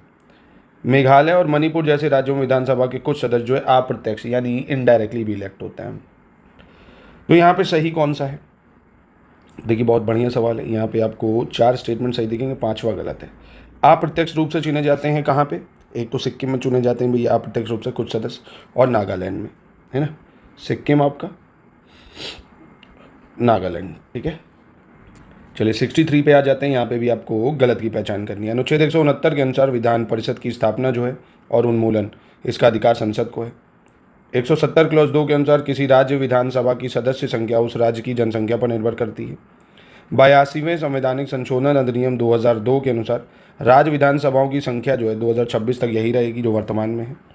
और यदि विधानसभा अध्यक्ष को किसी प्रश्न के पक्ष और विपक्ष में समान संख्या में वोट मिलते हैं तो वह निर्णायक मत का प्रयोग करता है। तो यहाँ पे गलत कौन सा हो जाएगा भाई? तो यहाँ गलत हो जाएगा आपका सी वाला, है ना, क्योंकि इसको हमने करा था 84th कॉन्स्टिट्यूशन अमेंडमेंट एक्ट 2001 के तहत, है ना। विधानसभा की जो संख्या है विधानसभाओं की 2026 तक हमने वही सीमित कर दी है 84वें संशोधन अधिनियम 2001 से। तो ये गलत था। अब 64 में आपको सही की पहचान करनी है। यहाँ पे कौन सा सही होगा ये पहचानिए। लोकसभा और राज्य विधानसभाओं को भंग तो किया जा सकता है परंतु समाप्त नहीं। राज्यसभा को ना तो भंग किया जा सकता है ना ही समाप्त। राज्य विधान परिषद को भंग नहीं किया जा सकता, यानी स्टेट लेजिस्लेटिव काउंसिल की बात कर रहा है। और अनुच्छेद 169 जो है इसके तहत राज्य विधान परिषदों को संसद के द्वारा संबंधित राज्य की विधानसभा द्वारा विशेष बहुमत से प्रस्ताव पारित करने पर समाप्त किया जा सकता है। तो यहाँ पे भी आप देखेंगे ये चारों स्टेटमेंट करेक्ट हो जाएंगे। चलो 65 को देख लो। कह रहा है किस अनुच्छेद के तहत मुख्यमंत्री का यह कर्तव्य होगा कि वह राज्य के मामलों के प्रशासन और कानून के प्रस्तावों से संबंधित मंत्रिपरिषद के सभी निर्णयों को राज्यपाल को संप्रेषित करे और राज्यपाल के द्वारा अपेक्षित होने पर किसी भी मामले को मंत्रिपरिषद के समक्ष विचार के लिए रखे, है ना। तो ये कौन से अनुच्छेद में कहा गया है? तो ये अनुच्छेद 167 में कहा गया, अनुच्छेद 167 में। ठीक है। अगला देखते हैं क्वेश्चन नंबर 66 क्या कहता है। मुख्यमंत्री के लिए राष्ट्रीय विकास परिषद की बैठक में भाग लेना एक प्रशासनिक कर्तव्य है, ना कि संवैधानिक कर्तव्य। केंद्र के साथ साथ राज्यों के वित्तीय लेखों पर नियंत्रण का कार्य भी जो है वो कैग करता है। आर्टिकल 197 देखें, इसके तहत धन विधेयक के अलावा किसी विधेयक को विधान परिषद द्वारा पहली बार में 3 महीने की अवधि के लिए विधानसभा द्वारा दोबारा पारित होने पर 1 महीने की अवधि के लिए रोका जा सकता है। धन विधेयकों को विधान परिषदों को 60 दिन की अवधि के भीतर लौटाना होता है। तो यहाँ पे कौन सा गलत होगा? तो देखिए मनी बिल जो है 60 दिन के भीतर नहीं, इतना टाइम नहीं मिलता, 14 दिन का समय देते हैं कि नहीं समझ में आ रहा, 14 दिन के अंदर वापस करो तो ऑटोमेटिकली वो तो पास हो ही जाएगा। ठीक है। चलो 67 देख लेते हैं। गलत की पहचान करनी है। 332 के तहत जनसंख्या के आधार पर विधानसभाओं में अनुसूचित जाति अनुसूचित जनजाति के लिए सीटें आरक्षित करने का प्रावधान है। अनुच्छेद 173 के अंतर्गत विधानसभा की सदस्यता के लिए योग्यताएं क्या है? वह भारत का नागरिक होना चाहिए और उसकी आयु 25 वर्ष होनी चाहिए। दिल्ली, लक्षद्वीप और जम्मू कश्मीर ऐसे केंद्र शासित प्रदेश हैं जहाँ विधानसभाएं हैं। तो बताइए यहाँ पे गलत कौन सा होगा? देखिए दिल्ली में है विधानसभा, जम्मू कश्मीर में, लक्षद्वीप में कहाँ है ना। तो ये तो गलत हो जाएगा भाई। ठीक है, क्योंकि पुडुचेरी होता तो सही हो जाता, पुडुचेरी में है भाई। चलो क्वेश्चन 68 देख लो। विधान परिषद की चुनाव प्रणाली के संबंध में यहाँ सही विकल्प बताना है कौन सा है भाई। इसके 1/3 सदस्य जो हैं स्थानीय निकाय जैसे नगर पालिका, जिला बोर्ड, ये लोग चुनते हैं। 1/12 सदस्य 3 वर्षों के लिए राज्य में रहने वाले स्नातक यानी ग्रेजुएट लोग चुनते हैं। 1/12 सदस्य ऐसे लोग चुनते हैं जो 3 साल से पढ़ा रहे हो यानी टीचर हो। और 1/3 सदस्य टीचर का मतलब सरकारी टीचर है ना। 1/3 सदस्य विधानसभा के सदस्यों द्वारा। शेष बच्चों को राज्यपाल जो है वो नामांकित कर देता है, मतलब मनोनीत कर देता है, नॉमिनेट कर देता है। तो बहुत ही अच्छा स्टेटमेंट। देखिए पूरा प्रोसीजर आपका रिवाइज हो गया यहाँ से ना, कि आपको ऐसे याद रखना 1/3, 1/3, 1/12, 1/12 है ना, और 1 जो बच गया वो 6 ही शायद बचेगा नीचे, तो ये हो जाएगा ना। तो यानी 1/3 लोकल बॉडी जैसे पार्षद वगैरह ये लोग चुन लेते हैं, और 1/3 ग्रेजुएटेड लोग, 1/12 जो टीचर हैं वो लोग, 1/12 जो आपके मतलब 3 साल से पढ़ा रहे हैं वो लोग हो गए ना। तो ऐसे याद हो जाएगा आपको। चलो 69 देख लेते हैं क्या कह रहे हैं। 69 में आपको सही बताना है। अनुच्छेद 171 क्लॉज 4 के अनुसार विधान परिषद के सदस्यों का जो चुनाव है वो आनुपातिक प्रतिनिधित्व प्रणाली के तहत एकल संक्रमणी मत यानी proportional representation by single transferable vote से होता है। अनुच्छेद 173 के अंतर्गत विधानसभा और विधान परिषद इनके सदस्यों की योग्यताओं का वर्णन है। और अनुच्छेद 191 के अंतर्गत राज्य विधानसभा या विधान परिषद की सदस्यता के लिए एलिजिबिलिटी दी गई है। तो यहाँ पे भी आप देखेंगे तीनों स्टेटमेंट करेक्ट है। और टेस्ट को दोस्तों लगाइए है ना, देखने से टेस्ट कम मज़ा आएगा आपको। ठीक है, देख भी लो, रिवाइज़ कर लो, पर पहले लगा लो, फिर एक्सप्लेनेशन देख लो, है ना। 2-3 बार जब करोगे तो चीज़ें रिवाइज़ हो जाएंगी। और एससीएस के टेस्ट की यही खासियत है, आपको टफ लगेंगे पर इससे आपका पूरा रिवीजन हो जाएगा। आप खुद देख पा रहे होंगे, अगर अब एक परिपक्व अभ्यर्थी हैं तो आप समझ पा रहे होंगे ये चीज़। कह रहे 99 कॉन्स्टिट्यूशन अमेंडमेंट 2014 और राष्ट्रीय न्यायिक नियुक्ति आयोग अधिनियम 2014 इसके द्वारा सर्वोच्च न्यायालय और उच्च न्यायालयों के न्यायाधीशों की नियुक्ति के लिए कलेजियम प्रणाली को एक नए निकाय राष्ट्रीय न्यायिक नियुक्ति आयोग द्वारा प्रतिस्थापित किया गया है। वर्ष 2015 में सर्वोच्च न्यायालय ने 99 संशोधन अधिनियम 2014 के द्वारा एनजेक सिस्टम लाए थे, है ना, यानी नेशनल जुडिशियल अपॉइंटमेंट कमीशन। अनुच्छेद 216 के अनुसार प्रत्येक उच्च न्यायालय में मुख्य न्यायाधीश और ऐसे अन्य न्यायाधीश शामिल होंगे जिन्हें राष्ट्रपति समय समय पर नियुक्त करना आवश्यक समझे। तो यहाँ पे गलत कौन सा है? तो यहाँ पे गलत हो जाएगा आपका ऑप्शन डी, कोई गलत नहीं है, तीनों सही। चलिए अगला सवाल देखते हैं, इसमें भी आपको इनकरेक्ट बताना है। कह रहा है उच्च न्यायालयों के न्यायाधीशों की जो नियुक्ति है राष्ट्रपति द्वारा की जाती है, जो हाई कोर्ट के जज होते हैं उनको प्रेसिडेंट अपॉइंट करता है। Chief justice of high court are appointed by chief justice of India, और in the appointment of other जजेस in the high court the chief justice of the concern high court is also concern. मतलब उच्च न्यायालय में अन्य न्यायाधीशों की जो नियुक्ति है उससे संबंधित उच्च न्यायालय के मुख्य न्यायाधीश से भी परामर्श लिया जाता है। और 2 या 2 से अधिक राज्यों के सामान्य उच्च न्यायालय में नियुक्ति में राष्ट्रपति सभी संबंधित राज्यों के राज्यपाल से भी परामर्श करता है। तो यहाँ पे गलत बताना है, जो कि काफ़ी आसान है, आप आराम से बता सकते हो। तो यहाँ पे आप देखेंगे बी गलत है ना, क्योंकि चीफ जस्टिस जो होगा किसी भी हाई कोर्ट का उसको प्रेसिडेंट अपॉइंट करेगा, पर कंसल्ट करेगा वहाँ के चीफ जस्टिस से और गवर्नर से भी वहाँ के, ठीक है। तो इसलिए ये गलत है। 72 देख लेते हैं, यहाँ पे गलत बताना है कौन सा है आपको। इलाहाबाद उच्च न्यायालय ने रहमतुल्लाह बनाम स्टेट ऑफ उत्तर प्रदेश 1994 के मामले में निर्णय दिया था कि यदि विधि के उपबंध को विफल करने के उद्देश्य से 3 बार तलाक शब्द बोलकर तलाक लिया जाता है तो ऐसा तलाक गैर कानूनी है। और 15वें संवैधानिक संशोधन 1963 के द्वारा संविधान के अनुच्छेद 217 क्लॉज 1 इसके तहत उच्च न्यायालय के न्यायाधीश की जो सेवानिवृत्ति है यानी रिटायरमेंट है वो 60 से बढ़कर 62 कर दी गई है। और उच्च न्यायालय के न्यायाधीशों की जो सेवानिवृत्ति की आयु है वो 62 वर्ष यानी रिटायरमेंट 62 वर्ष से बढ़ाकर 65 वर्ष कर दिया गया 114 कॉन्स्टिट्यूशन अमेंडमेंट 2010 से, ठीक है। अभी भी ये लंबित है कह रहा है। तो यहाँ पे गलत कौन सा होगा? तो यहाँ आप देखेंगे कोई गलत नहीं, तीनों यहाँ पे सही हो जाएंगे, ठीक है। चलो अगला देखते हैं क्वेश्चन नंबर 73। इसमें आपको गलत बताना है कौन सा गलत होगा। कह रहा है भारतीय संविधान के अनुसार परामर्श संबंधी क्षेत्र अधिकार यानी एडवाइजरी ज्यूरिसडिक्शन जो है ये आर्टिकल 144 में है। और मूल अधिकारों के संरक्षण के लिए उच्चतम न्यायालय सुप्रीम कोर्ट रिट जारी करता है 32 से, हाई कोर्ट रिट जारी करता है 226 आर्टिकल से। और केशवानंदा केस में जो कि 1973 में आया था, केशवानंदा भारती केस, इसमें बेसिक स्ट्रक्चर यानी मूल संरचना की अवधारणा आई थी। तो यहाँ पे गलत कौन सा है? तो यहाँ पे गलत आपका हो जाएगा एडवाइजरी ज्यूरिसडिक्शन जो है आर्टिकल 143 में दिया हुआ है, ठीक है। चलिए क्वेश्चन नंबर 74 देख लेते हैं। इसमें आपको गलत की पहचान करनी है कौन सा गलत है। जिला न्यायाधीश शब्द का जो उल्लेख है भारतीय संविधान के भाग 6 के अध्याय 6 के अनुच्छेद 233 में किया गया है, जो जिला न्यायालयों की नियुक्ति का प्रावधान करता है। और संविधान का अनुच्छेद 22 क्लॉज 4 के अनुसार अगर देखें, भारत में निवारक हिरासत यानी प्रिवेंटिव डिटेंशन की बात कर रहा है। इसमें किसी व्यक्ति को बिना मुकदमे के अधिकतम 3 महीने तक हिरासत में रखा जा सकता है। और संविधान के भाग 8 में अनुच्छेद 352 से 360 तक आपातकालीन यानी इमरजेंसी प्रोविजंस दिए हुए हैं। तो यहाँ पे गलत कौन सा हो जाएगा? तो यहाँ पे कोई गलत नहीं है, तीनों स्टेटमेंट बिल्कुल ठीक हो जाएंगे। क्वेश्चन 75 देखते हैं, इसमें भी गलत की पहचान करनी है आपको। कह रहा है आर्टिकल 358 और 359 मौलिक अधिकारों पर राष्ट्रीय आपातकाल के प्रभाव से संबंधित हैं।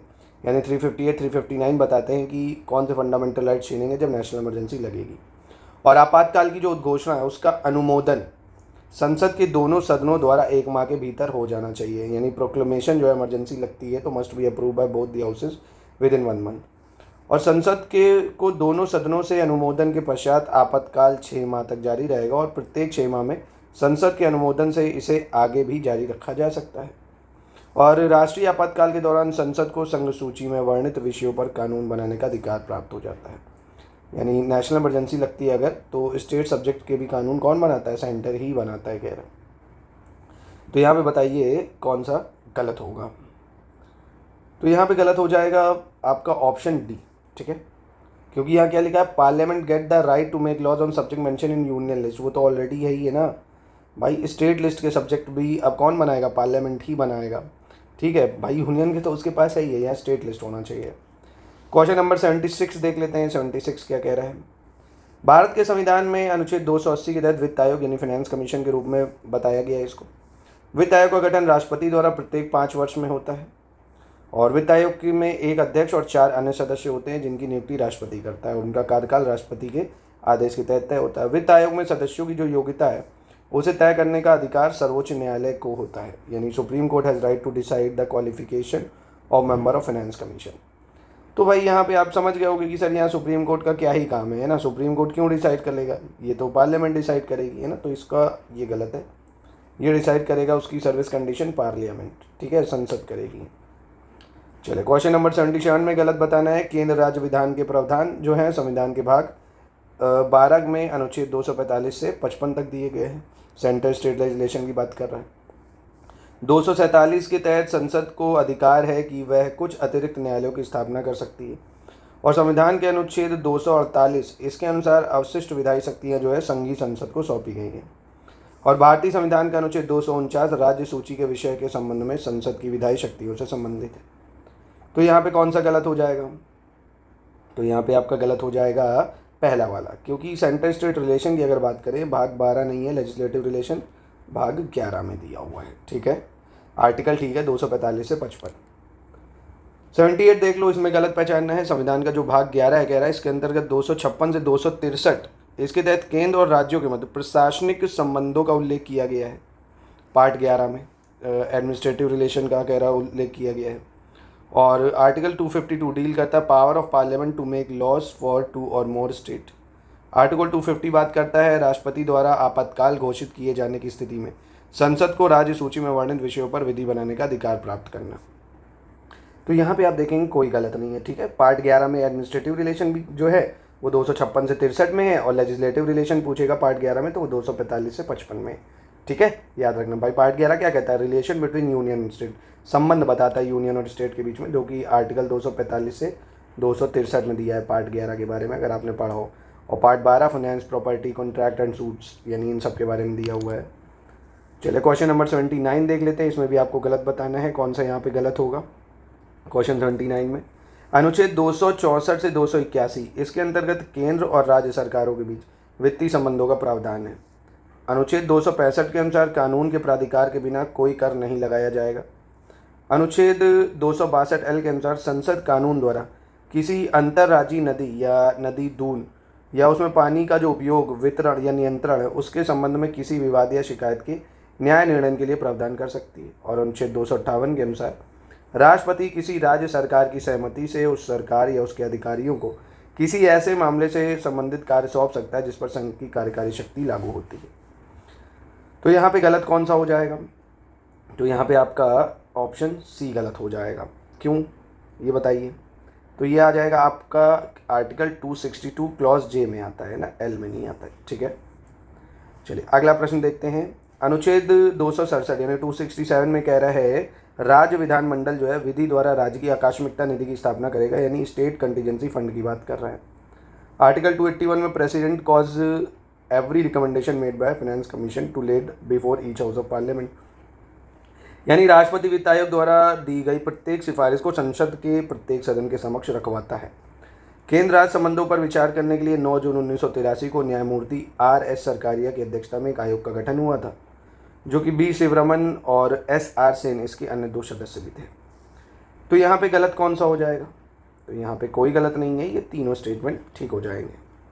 चलो 81 देख लेते हैं। केंद्रीय गृह मंत्रालय ने 1 अप्रैल 2007 को भारत के जो मुख्य न्यायाधीश हैं मदन मोहन पुंची, इनकी अध्यक्षता में केंद्र राज्य संबंधों पर एक आयोग का गठन किया था, पुंची कमीशन।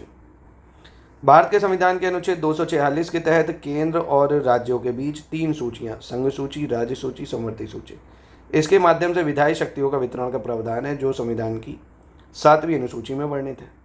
और वहीं अनुच्छेद 268 इसके अनुसार स्टैंप शुल्क जो है वो केंद्र द्वारा लगाया जाता है, लेकिन इसे राज्य सरकार द्वारा एकत्र और विनियोजित किया जाता है।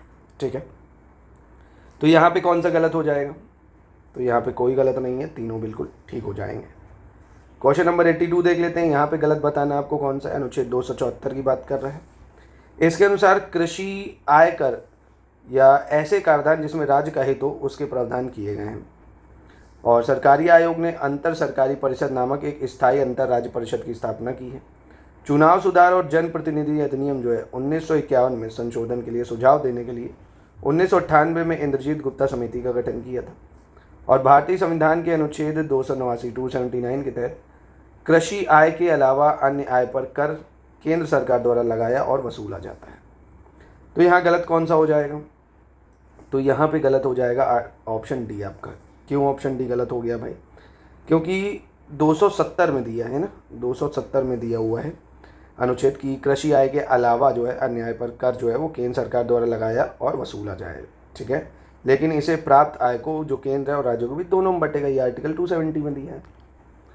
चलिए 83 देख लेते हैं। भारत के संविधान के तहत कोई राज्य सीधे विदेशी ऋण नहीं जुटा सकता। राज्यों द्वारा विदेशी ऋण केवल भारत सरकार की गारंटी पर निम्नलिखित में से किस या किन निकाय के माध्यम से उठाया जा सकता है? तो ये केंद्र सरकार के माध्यम से निकाला जा सकता है भाई से। ठीक है, 84 में आपको सही बताना है भाई, कौन सा सही होगा। तो आइए इसको देख लेते हैं भाई, 84 में कौन सा सही होगा। सबसे पहले कह रहे हैं 1 जनवरी 2015 को योजना आयोग के उत्तराधिकारी के रूप में नीति आयोग की स्थापना हुई। योजना आयोग और वित्त आयोग के विलय का सुझाव MV माथुर ने दिए। MV माथुर नहीं 1960 में गठित तीसरे वित्त आयोग के सदस्यों में से एक थे। और वहीं नीति आयोग के उपाध्यक्ष का दर्जा भारत सरकार के कैबिनेट मंत्री के बराबर होता है। और नीति आयोग जो है वो सहकारी संघवाद यानी कोऑपरेटिव फेडरलिज्म के सिद्धांत पर आधारित है। तो यहाँ पे कौन सा सही हो जाएगा? तो यहाँ पे ये पांचों सही हो जाएंगे। ठीक है, चलो क्वेश्चन नंबर 85 देख लेते हैं। कह रहा है निम्नलिखित में से कौन राष्ट्रीय विकास परिषद के सदस्य हैं? ये बताना है। नेशनल डेवलपमेंट काउंसिल के मेंबर कौन होते हैं भाई? PM होते हैं उसके अध्यक्ष के रूप में, सभी संघीय मंत्रिमंडल के मंत्रीगण, राज्यों के मुख्यमंत्री, केंद्र शासित राज्य के मुख्यमंत्री और योजना आयोग के सदस्य। नेशनल डेवलपमेंट काउंसिल बना कब था ये भी याद रखो, 1952। पांचों सही है, ये सभी मेंबर होते हैं NDC के। ठीक है, क्वेश्चन नंबर 86 इसमें भी सही बताना है आपको, कौन सा सही होगा। 5 जनवरी 1966 को मोरारजी देसाई की अध्यक्षता में गठित हुआ था एडमिनिस्ट्रेटिव रिफॉर्म कमीशन यानी प्रशासनिक सुधार आयोग ने भारत में लोकपाल और लोकायुक्त की स्थापना का सुझाव दिया था। वर्ष 1993 में गठित वोरा समिति का संबंध राजनेताओं और अपराधियों के बीच गठजोड़ की जांच करने से था। उत्तर प्रदेश लोकायुक्त जो अधिनियम है 1975, इसके तहत लोकायुक्त अपना प्रतिवेदन राज्यपाल को सौंपता है, जो उसे विधानमंडल के दोनों सदनों में प्रस्तुत करवाता है। तो यहाँ पे तीनों सही हो जाएंगे, कोई गलत नहीं होगा यहाँ पे। ठीक है, 87 इसमें आपको सही बताना है। राष्ट्रीय मानवाधिकार जो आयोग है एक गैर संवैधानिक निकाय है, इसका गठन 12 अक्टूबर 1993 को हुआ। राष्ट्रीय मानवाधिकार आयोग के अध्यक्ष एवं सदस्यों की नियुक्ति राष्ट्रपति करता है। राष्ट्रीय मानवाधिकार आयोग के अध्यक्ष एवं सदस्यों की नियुक्ति के लिए गठित समिति में प्रधानमंत्री होता है, गृह मंत्री होता है, लोकसभा और राज्यसभा के विपक्ष के नेता होते हैं, लोकसभा अध्यक्ष होता है और राज्यसभा उपाध्यक्ष होता है। राष्ट्रीय मानवाधिकार आयोग की जो शक्ति है वो मात्र एडवाइजरी है, सलाहकारी है। और राष्ट्रीय मानवाधिकार आयोग में एक महिला को सदस्य के रूप में नियुक्त करना अनिवार्य है भाई। बताइए यहाँ पे कौन सा सही हो जाएगा।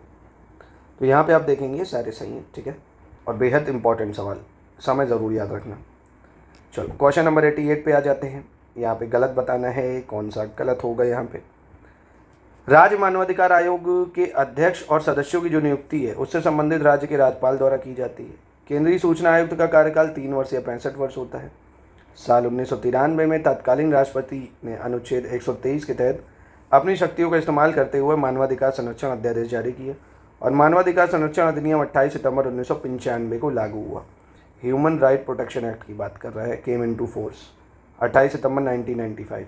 तो ये 1995 में 1993 में जो है वो लागू होगा, ये गलत था। ठीक है, 89 देख लेते हैं। निम्नलिखित में से गलत की पहचान करनी है। संविधान का अनुच्छेद 315 संघ के लिए लोक सेवा आयोग की स्थापना की बात करता है, यानी ऑल इंडिया यूपीएससी की बात कर रहा है, ऑल इंडिया सर्विसेज के अंतर्गत। और वहीं 323 की बात करें, इसमें पब्लिक सर्विस कमीशन जो है वो मतलब यूनियन पब्लिक सर्विस कमीशन अपनी एनुअल रिपोर्ट प्रेसिडेंट को देता है और स्टेट पब्लिक सर्विस कमीशन अपनी एनुअल रिपोर्ट गवर्नर को देता है। ठीक है, आर्टिकल 322 के अनुसार संघ लोक सेवा आयोग का खर्च भारत की संचित निधि पर लगाया जाता है, जबकि राज्य लोक सेवा आयोग का खर्च संबंधित राज्य की संचित निधि पर। तो यहाँ पे गलत कौन सा हो जाएगा? तो यहाँ कोई गलत नहीं है भाई, तीनों सही हो जाएंगे। क्वेश्चन नंबर 90 देख लेते हैं। कह रहा 2011 में 1 नवंबर को लोकायुक्त विधेयक पारित करने वाला प्रथम भारतीय राज्य उत्तराखंड था। और सीबीआई की जो स्थापना है 1963 में, केंद्रीय सत्कर्ता आयोग की स्थापना वर्ष 1964 में हुई। भ्रष्टाचार निरोधक कानून यानी एंटी करप्शन एक्ट जो है 1988 में बना था। प्रवर्तन निदेशालय यानी ईडी की जो स्थापना है वो 1956 में हुई थी। तो यहाँ कौन सा सही हो जाएगा? तो यहाँ सही हो जाएंगे चारों। ठीक है, चलो क्वेश्चन नंबर 91 देख लेते हैं। यहाँ पे गलत की पहचान करनी है, कौन सा गलत है। भारतीय संविधान का अनुच्छेद 316 जो है इसके अनुसार संघ आयोग या संयुक्त आयोग के अध्यक्ष और सदस्यों की नियुक्ति राष्ट्रपति करेगा। 1976 में मौलिक कर्तव्यों के संबंध में सिफारिशें करने के लिए कांग्रेस पार्टी द्वारा स्वर्ण सिंह समिति की स्थापना की गई थी। 2012 में उत्तर प्रदेश लोकायुक्त और उप लोकायुक्त अधिनियम 2012 के द्वारा उत्तर प्रदेश लोकायुक्त पद धारण अवधि को 6 वर्ष से बढ़ाकर 8 वर्ष कर दिया गया। तो यहाँ पे इनकरेक्ट कौन सा हो जाएगा? तो यहाँ पे इनकरेक्ट कोई नहीं होगा, तीनों बिल्कुल ठीक हो जाएंगे। 92 देख लेते हैं। यहाँ पे गलत बताना है आपको, कौन सा है। मुख्य निर्वाचन आयुक्त और अन्य निर्वाचन आयुक्तों की नियुक्ति राष्ट्रपति करेगा। इनका टेन्योर 5 साल या 65 साल होगा। और राष्ट्रपति जो होगा निर्वाचन आयोग की सलाह पर प्रादेशिक आयुक्तों की भी नियुक्ति कर सकते हैं, यानी रीजनल कमिश्नर को भी कर सकता है अपॉइंट। और भारत में वोट देना और निर्वाचित होने का अधिकार जो है वो जन प्रतिनिधि अधिनियम यानी आरपीए एक्ट जो है उसमें दिया हुआ है 1951। तो यहाँ कौन सा गलत है? तो यहाँ पे जो है बी गलत है, क्योंकि 5 साल नहीं 6 साल या 65 वर्ष होती है इसकी जो टेन्योर होती है। चलिए, और दोस्तों हमारे पेड ग्रुप की अगेन आपको मैं जानकारी दे दूं, हमारे पेड ग्रुप से आप जुड़ सकते हैं, मज़ा आ जाएगी आपको, सारे एक एक चीज़ क्लियर होगी। टेस्ट की आप जितना अच्छे से प्रैक्टिस कर पाएंगे, अगर आप शून्य भी हैं फिर भी शिखर तक पहुंच सकते हैं। एकदम ज़ीरो से आंसर राइटिंग भी सीख सकते हैं, कैसे उत्तर को लिखा जाता है भाई। जैसे उत्तर है उसका इंट्रोडक्शन कितना होना चाहिए, उत्तर का 1/10 होना चाहिए ना। उत्तर को कैसे 3 पार्टों में लिखना है, इंट्रोडक्शन है ना, फिर उसका बीच का माल मसाला जो होना चाहिए भाई, मतलब फैक्ट्स वगैरह, फिर कंक्लूजन लिखना है आपको, है ना। तो ये सब चीज़ें हम प्रोवाइड कराएंगे, आपको बस प्रैक्टिस करनी है। अब आप इन हमारे पेड ग्रुप से जुड़ के पूरी मेंस की कंप्लीट तैयारी कर सकते हैं, संपूर्ण तैयारी घर बैठे 2026 की भी कर सकते हैं पूरी तैयारी। चलिए क्वेश्चन नंबर 93 देख लेते हैं। भारतीय संविधान का जो अनुच्छेद 324 है इसके तहत चुनावों का जो अधीक्षण निर्देशन और नियंत्रण चुनाव आयोग करेगा। नेशनल वोटर डे हम लोग 25 जनवरी को मनाते हैं। और नगर पालिकाओं और नगर निगमों के निर्वाचन राज्य निर्वाचन आयोग करवाता है भाई। ठीक है, तो यहाँ कौन सा सही हो जाएगा? तो यहाँ भी तीनों सही है। ठीक है, चलिए क्वेश्चन नंबर 94 पे आ जाते हैं। क्या कह रहा है? कह रहा है यदि कोई पार्टी निम्नलिखित पात्रता मानदंडों को पूरा करती है तो उसे राष्ट्रीय पार्टी के रूप में मान्यता दी जाएगी। ठीक है, इसके संबंध में सही विकल्प बताना है। यदि वह लोकसभा या विधानसभा के आम चुनाव में 4 या अधिक राज्यों में 6% वैध वोट हासिल कर लेता है और किसी राज्य या राज्यों से लोकसभा में 4 सीटें हासिल कर लेता है तो वो बन जाएगा नेशनल पार्टी। दूसरा, एक पार्टी को राष्ट्रीय पार्टी का दर्जा तब मिलेगा जब लोकसभा में 2% सीटें जीतेगा और ये सदस्य 3 अलग अलग राज्यों से होंगे। और यदि किसी पार्टी को कम से कम 4 राज्यों में राज्य पार्टी का दर्जा प्राप्त है तब भी वो नेशनल पार्टी बन जाएगा। तो यहाँ पे तीनों स्टेटमेंट देखिए सही है ना, तीनों कंडीशन बिल्कुल सही है। आपका रिवीजन भी हो गया यहाँ से। चलो इनकरेक्ट बताना। क्वेश्चन नंबर 95 में इंडिपेंडेंट लेबर पार्टी अगस्त 1938 में BR अम्बेडकर के नेतृत्व में गठित एक भारतीय राजनीतिक संगठन है। कम्युनिस्ट पार्टी का गठन 1920 में ताशकंद में एम.एन. रॉय, अवनी मुखर्जी और अन्य लोगों द्वारा हुआ था। श्यामा प्रसाद मुखर्जी भारतीय जनसंघ के संस्थापक थे। वर्कर एंड पीजेंट पार्टी की स्थापना 1 नवंबर 1925 को काजी नजरुल इस्लाम, हेमंत सरकार, शमसुद्दीन हुसैन और कुतुबुद्दीन अहमद ने की थी। तो यहाँ पे गलत कौन सा हो जाएगा? तो यहाँ पे पहला गलत हो जाएगा। क्यों? इंडिपेंडेंट लेबर पार्टी की स्थापना 1938 में 1936 में हुई थी। ठीक है, B.R. अम्बेडकर के नेतृत्व में। 96 देख लेते हैं, इसमें गलत बताना है। निर्वाचन आयोग जो है वो चुनाव चिन्ह आदेश 1968 में निर्धारित मानदंडों के अनुसार राजनीतिक दलों को राष्ट्रीय या राज्य दल के रूप में मान्यता देता है। और एंटी डिफेक्शन लॉ यानी दल बदल कानून जो है 1985 को संसद के द्वारा पारित हुआ था। संविधान की 10वीं अनुसूची, जिसे दल बदल विरोधी कानून के रूप में जाना जाता है, संविधान के 52वें संशोधन अधिनियम 1985 द्वारा पेश की गई थी। तो यहाँ पे कौन सा गलत है? तो यहाँ आप देखेंगे कोई गलत नहीं है। ठीक है, 97 देख लेते हैं। 97 में आपको गलत की पहचान करनी है भाई, कौन सा यहाँ पे गलत होगा। कह रहा समाजवादी पार्टी जो है 4 अक्टूबर 1992 को लखनऊ में मुलायम सिंह यादव के नेतृत्व में अस्तित्व में आई थी। भारतीय राष्ट्रीय कांग्रेस को पुनर्जीवित करने के लिए कामराज योजना वर्ष 1963 में भारतीय राष्ट्रीय कांग्रेस के तत्कालीन अध्यक्ष के कामराज द्वारा तैयार की गई थी। और विपक्ष में दल के रूप में मान्यता प्राप्त करने के लिए आवश्यक विपक्षी दल के सदस्यों की जो संख्या है लोकसभा के सदस्यों की कम से कम 1/10 होनी चाहिए। बताइए यहाँ पे कौन सा गलत है? आप देख रहे हो पूरे पॉलिटी के एक एक चीज़ें रिवाइज हुई हैं, पूरी पॉलिटी का निचोड़ है ये टेस्ट। तो टेस्ट SCS के ज़रूर लगाओ, कोई गलत नहीं है। 98 देख लेते हैं, यहाँ पे आपको बताना है गलत। कह रहा सिंधी भाषा को ऐड करा है 21st कॉन्स्टिट्यूशन अमेंडमेंट एक्ट 1961 के द्वारा। ठीक है, 21st कॉन्स्टिट्यूशन 1967। कोंकणी मणिपुरी नेपाली को 71st कॉन्स्टिट्यूशन अमेंडमेंट 1992 के द्वारा। और बोडो डोगरी मैथिली संतली को 92 कॉन्स्टिट्यूशन अमेंडमेंट 2003 के द्वारा। ठीक है, कौन सा गलत है?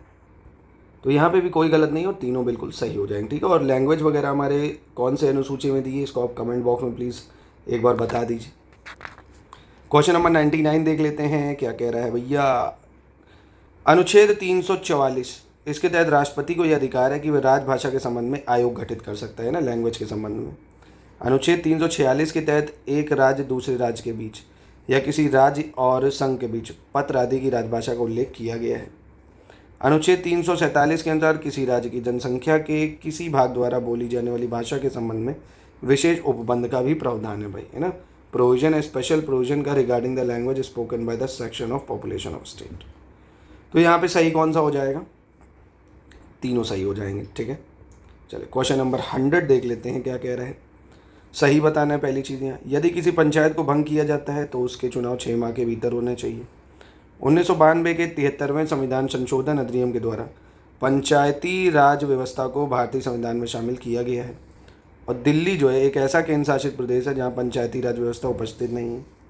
और भारत का नागालैंड, मेघालय, मिजोरम राज्यों में पंचायती राज व्यवस्था उपस्थित नहीं है।